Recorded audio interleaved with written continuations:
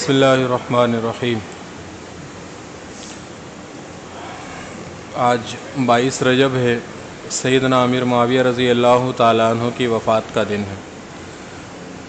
سیدنا امیر معاویہ رضی اللہ تعالیٰ عنہ ہجرت سے 6 سال پہلے پیدا ہوئے اور نبی کریم صلی اللہ تعالیٰ علیہ وسلم پر ایمان لائے فتح مکہ کے دن اپنے والد ابو سفیان رضی اللہ تعالیٰ عنہ کے ساتھ ایمان لائے۔ امیر معاویہ رضی اللہ تعالیٰ عنہ اس مبارک گھرانے کے افراد میں سے ہیں کہ جن کا پورا گھر مسلمان ہوا۔ عام طور پہ یہ ہوتا تھا کہ گھر کے کچھ افراد مسلمان ہو جاتے تھے اور کچھ غیر مسلم رہتے تھے، لیکن چند گنے چنے صحابہ ایسے ہیں کہ جن کا پورا گھرانہ مسلمان ہو گیا۔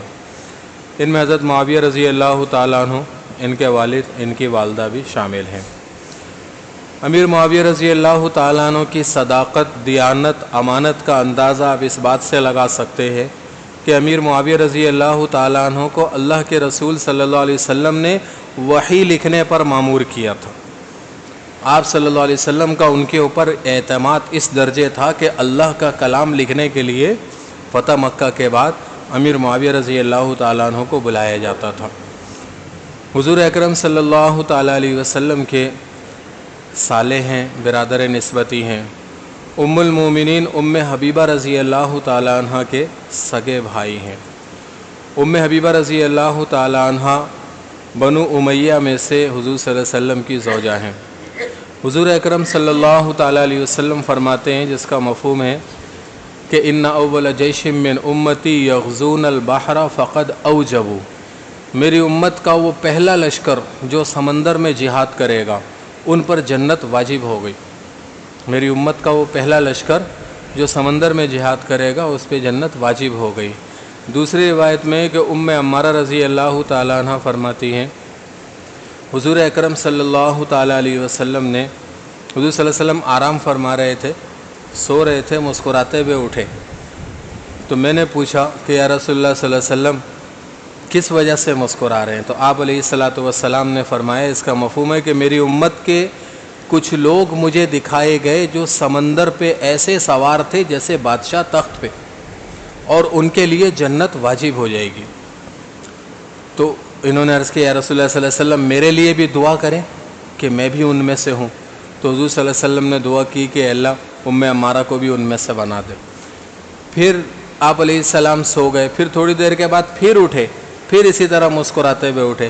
پھر آپ علیہ الصلاۃ والسلام نے فرمایا، اس کا مفہوم ہے کہ میں نے اپنی امت کے کچھ لوگوں کو دیکھا جو سمندر پہ ایسے سوار تھے جیسے بادشاہ تخت پہ، تو اور ان کے لیے بھی جنت واجب ہو گئی۔ تو انہوں نے پھر عرض کیا رسول اللہ صلی اللہ علیہ وسلم میرے لیے آپ دعا کریں، میں بھی ان میں سے ہوں۔ تو فرمایا کہ نہیں، تم پہلی والی جماعت میں سے ہو۔ تو امیر معاویہ رضی اللہ تعالیٰ عنہ ان دونوں غزوات میں شریک رہے۔ ایک حضرت عثمان غنی رضی اللہ تعالیٰ عنہ کے زمانے میں ہوا اور دوسرا خود امیر معاویہ رضی اللہ تعالیٰ عنہ کے زمانے میں۔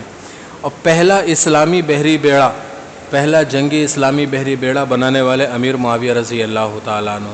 حضور اکرم صلی اللہ تعالیٰ علیہ وسلم نے انہیں دعائیں دی، اللہم علمہ الکتاب والحساب وقہ العذاب، اللہم اہدہ، اللہم اجعلہ ہادیا مہدیا واہد بہ، اے اللہ اس کو اپنی کتاب سکھا دے، اے اللہ اس کو حساب سکھا دے، اے اللہ اس کو عذاب سے بچا لے، اے اللہ اس کو ہدایت دے دے، اے اللہ اس کو ہدایت کے پھیلنے کا ذریعہ بنا دے۔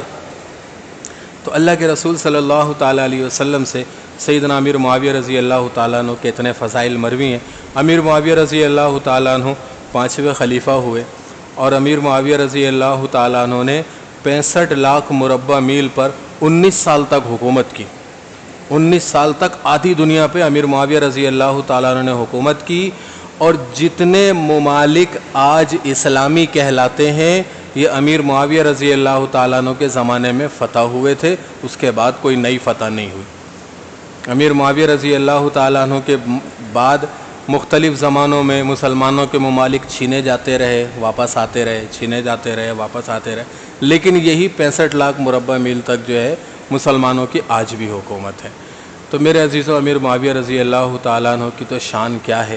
وہ لوگ جو امیر معاویہ رضی اللہ تعالیٰ عنہ کو برا کہتے ہیں اور گویا کہ ان کے نزدیک حب علی سے زیادہ بغض معاویہ زیادہ اہم ہے، تو ان لوگوں کا کیا حال ہوگا کہ حضرت علی رضی اللہ تعالیٰ عنہ بھی کامیاب ہوں گے، معاویہ رضی اللہ تعالیٰ عنہ بھی کامیاب ہوں گے، اور ان کے دشمن جو ہے وہ ناکام ہوں گے ہمیشہ کے لیے۔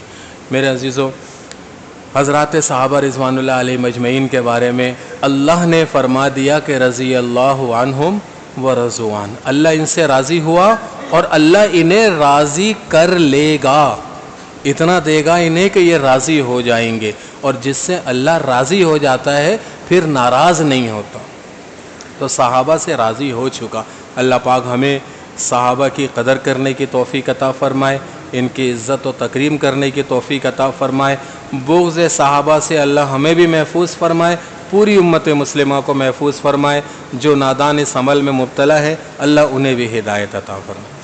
اللہم انت السلام و منک السلام، تبارکت یا ذا الجلال والاکرام، لا الہ الا اللہ وحدہ لا شریک لہ، لہ الملک و لہ الحمد یحیی و یمیت وہو علی کل شیء قدیر۔